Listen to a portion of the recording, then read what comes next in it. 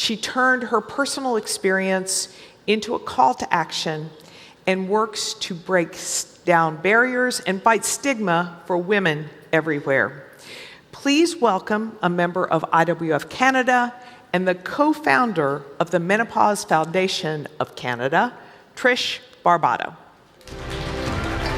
Stephanie.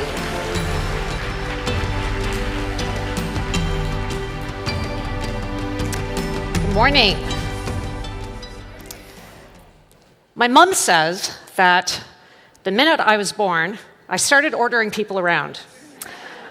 This is a picture of me at 4 years old. Notice the briefcase. You get the picture. You get the picture. When I was a young girl, I heard the glass ceiling term for the very first time. And when I found out what it was, I thought, I can break that. I can do that. So I created a plan. I became a chartered accountant. I became a chief financial officer, a CEO, a senior executive in a global company. Next stop, CEO of a publicly traded company. Everything was going according to plan.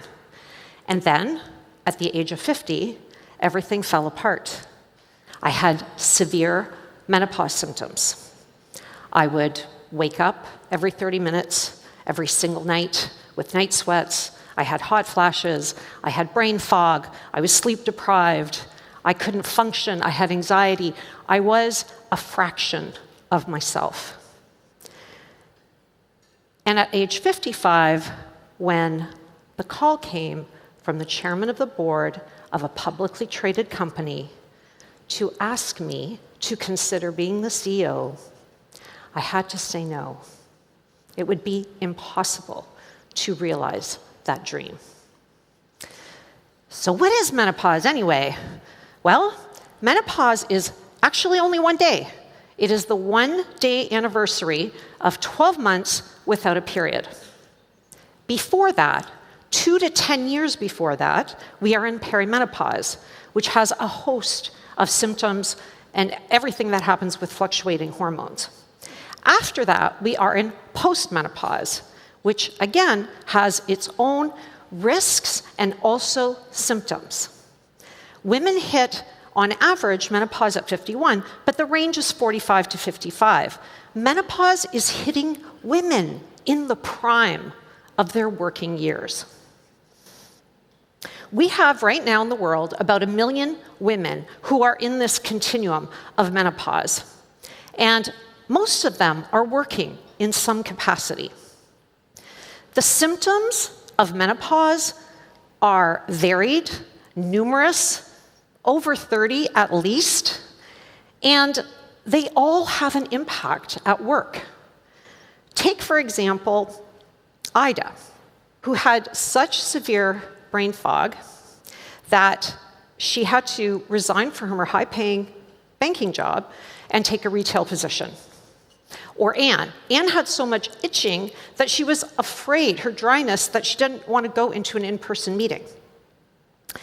How about Sue? She is a construction worker. She had fluctuating periods during her perimenopause, and she was banished from the shared washroom at her construction site and had to walk 20 minutes to the next site.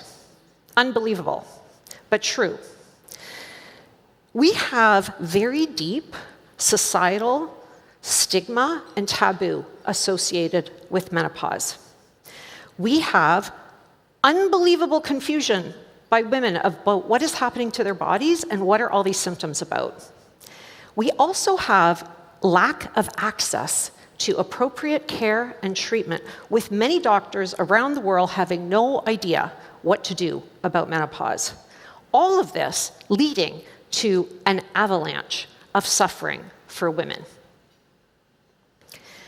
Why should we care? Why does it matter to us, women of influence? Well, women are not breaking the glass ceiling. Remember that age range, 45 to 55. 2 to 10 years before that is perimenopause, then postmenopause. We're not breaking the glass ceiling. It's been at glacial pace when you think about board directors, female CEOs. We're only at about 10% on Fortune 500 companies. We know from the data that women are moving to lower positions. They're going to part-time work. They're not taking promotions. It is impacting their income and their future pensions. Up to 1 in 10 are leaving the workforce altogether due to their menopause symptoms.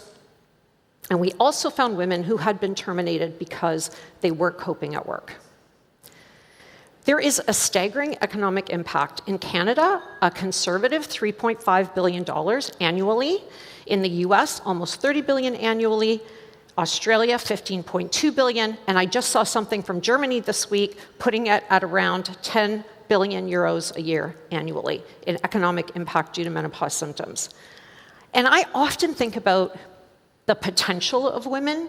So I think about, wow, if women feel good, they are working, they are taking care of family, taking care of elders, they are working in their communities, they're on.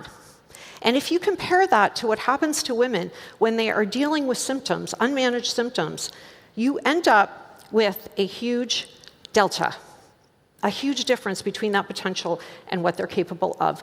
And I can't bear the idea of almost 1 billion women that this is even a possibility, this loss of potential. I cannot bear that delta. We know that changing society is hard. Changing that stigma, that taboo, the silence around menopause, hard. We know that changing healthcare systems and access to care and treatment, also hard. But changing workplaces and bringing menopause inclusivity into work under a diversity, equity framework, possible, entirely possible. So I'm really proud about the Menopause Works Here campaign that the Menopause Foundation of Canada started. This is a campaign where employers can say they are on a path to becoming menopause inclusive. We have a great report, Menopause and Work in Canada, with all kinds of data, and we have also created a playbook for employers with a 5-point plan. So these are just ideas of how employers can become more menopause inclusive, and it is not a hard lift for employers. It's about looking at policies, looking at their culture, checking their benefit plans, educating employees. Since we have launched this campaign a year ago, and together with our first report called The Silence and the Stigma, we have almost 2 billion media impressions. The data has been cited worldwide. We have trained thousands of employees on menopause. And since the launch of the Menopause Works Here campaign, we have signed on 80 organizations, including these global companies. So now, it's your turn. Yes, what can you do? Please feel free to influence any workplace that you are working in, that you are a board member for. Influence them to think about becoming menopause inclusive, about joining the campaign. You can think about our framework. We know that data and a toolkit work really well to create action. You could also leverage these global partners. We've already signed on the Canadian subsidiaries and operations. We can leverage that. And finally, you could consider starting a campaign in your own country. Let's be the last generation. Let's be the last generation to suffer in silence. Let's be the last generation whose income or work is negatively impacted by menopause. Let's be the last generation to lose our potential. Let's make young women's dreams a reality. Thank you.